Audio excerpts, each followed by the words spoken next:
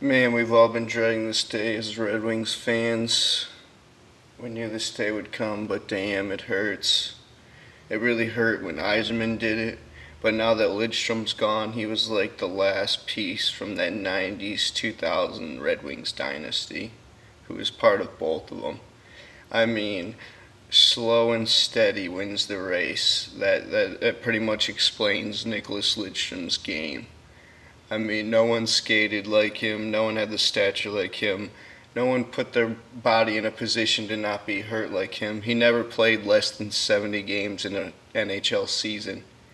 And you never, ever saw him get body checked. Only one time in Colorado in like '08 or whatever when he took that nasty hit. You'd never see him get rocked like that. And you'd never see him lose his cool. Always same cool demeanor, steady pace, always. He was really pretty much underrated, considered underrated, like in the NHL world, because remember, like in the late '90s, everyone really loved him, but he would always finish like second or third in the Norris Trophy. He never got any credit. But then when his first Norris Trophy came in 2001, they just started racking him up, and ever since then he got 7 in the past decade, including one last year in 2011. And to think of it, that was his only year where he had a negative plus minus. He was -2. The other years it wasn't even close. Most of them he was like +20, which is insane. But that's the Red Wings dynasty. But you know what? The pre-lockout NHL was awesome. You get away with a lot more. There's a lot more physical game and a real game. This one, it's more about scoring since the lockout, how they got rid of two-line pass and whatnot. And he adjusted well, but man, he's such a good guy too in real life too. We'd run into him at Brighton Ice Rink with his kids.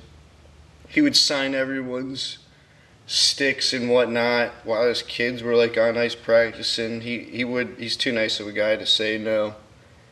I mean, I wish we had one more year to for him to just do the farewell tour like Chipper Jones is doing with the Braves this summer.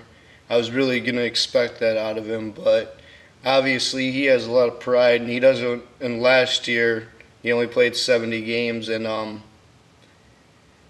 he only had like 23 assists or something, which is not normal for Lidstrom. So obviously he doesn't want to get embarrassed, and he could still play at a high level. He was still like rated in the top 20 defensemen on ESPN.com for fantasy. He's just a beast. A lot of people, unless you saw him on a regular day basis, you wouldn't understand. But I'm sure most of the people that are watching this video are Red Wings fans like I am and grew up in Metro Detroit. I actually started watching the Red Wings in not his first season, but his second season, like 92, 93. Back when we had like Tim Chevrolet and stuff. And I remember his pro set. Remember those pro set, the cheapest hockey cards you could get? Like you'd always see the Lidstrom one with the face mask. He's a legend. He even scored the game-winning goal for '06 Sweden team. Of course, he was captain of them. Now they're saying Zetterberg's going to be captain. Zetterberg didn't really live up to the superstar status that he is. All right, just shut up. Okay, he's good, but he's not like top 20 offensive forward good. As in he's not Evgeny Malkin good. He's not gonna put up 50 plus goals good.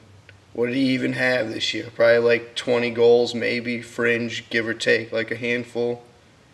But Datsuk's a beast, but obviously there's a bit of a language barrier there. Datsuk's a really unique player, but I'm not really going to spend too much time on talking about that. But I can't believe it. I remember Lidstrom when he did that breakaway in Montreal, I think in '03, and he went down and scored on a breakaway. That would be awesome whenever he would jump up in the play.